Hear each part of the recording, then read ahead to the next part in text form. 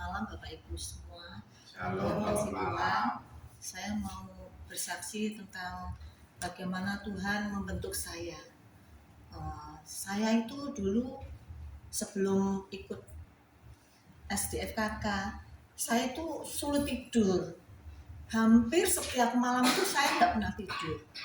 Bahkan siang pun saya juga nggak pernah tidur karena memang nggak tahu saya itu kenapa nggak pernah tidur. Saya tuh tidur kalau setiap jam 2 pagi itu saya mulai tertidur dan saya bangun itu jam 9 pagi sampai jam 10. Setiap hari seperti itu terus. Jadi siangnya kan nggak tidur karena saya tidurnya jam 2. Nah dari sini saya berbulan-bulan saya seperti itu terus. Waktu saya mondok di rumah sakit yang terakhir kemarin, Cik Novi bilang ke saya, Bu, ikut doa fajar ya Bu, ikut sahabat doa.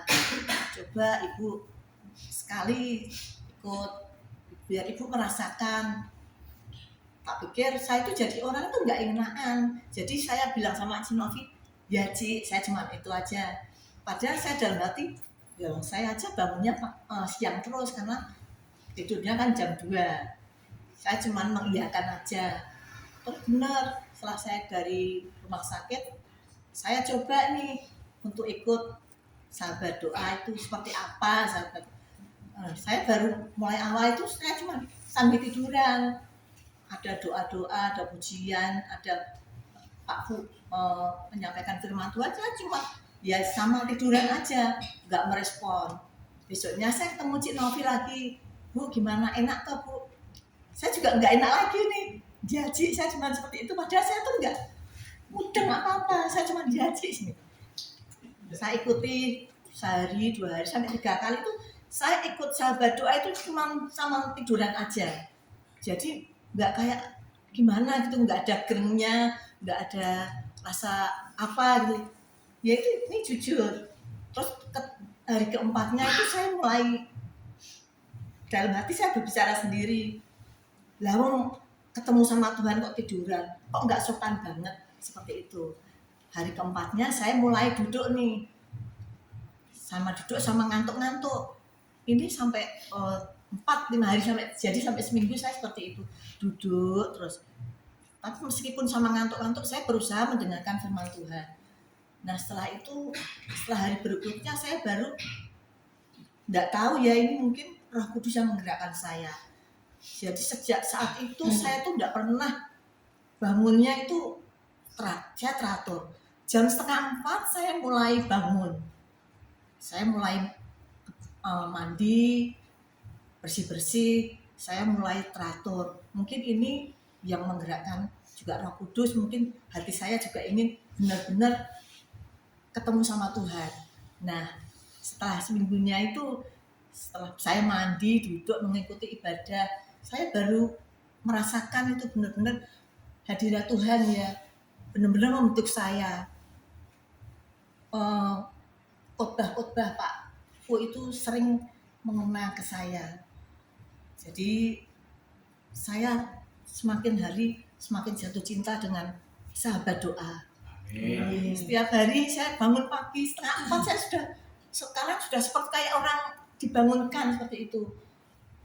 Jadi tidurnya pun sekarang juga saya teratur. Jam 10 tuh sekarang saya sudah terlelap, sudah pulih tidurnya. 3:30 pun saya juga seperti orang dibangunkan seperti itu. Ini mungkin juga dorongan dari Roh Kudus, mungkin dari dorongan dengan diri saya sendiri. Ada kekuatan ikut masuk ke dalam doa. Awalnya kan ya mungkin kita memang ikut Tuhan jangan asal-asalan seperti itu. Sejak saya ikut ya sahabat doa, banyak orang-orang yang dihadirkan di dalam hidup saya itu untuk membentuk saya jadi seperti ini, jadi ikut komunitas-komunitas yang bermanfaat. Cik Novi juga tahu ya, sejak saat ini saya juga ikut pelayanan di gereja juga, saya ikut pelayanan di luar juga. Mungkin meskipun saya juga di kampung, saya juga ikut pelayanan Ini kan semua bukan karena kebetulan ya Ibu, ini semua karena anugerah Tuhan dan kebaikan Tuhan.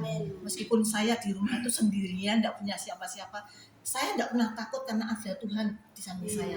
Tuhan cukupkan, Tuhan memberkati, karena dari sahabat-sahabat semua doa-doanya, semua ibu-ibu yang ada di sahabat doa, untuk dukungan doanya semua, khususnya Cik Novi yang selalu mendukung saya, Bu Siang juga, untuk teman-teman semua, terima kasih sudah mendukung saya.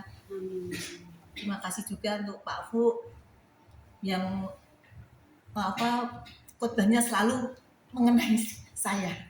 Terima kasih, ini kesaksian saya. Semoga membawa berkah untuk semuanya. Terima kasih.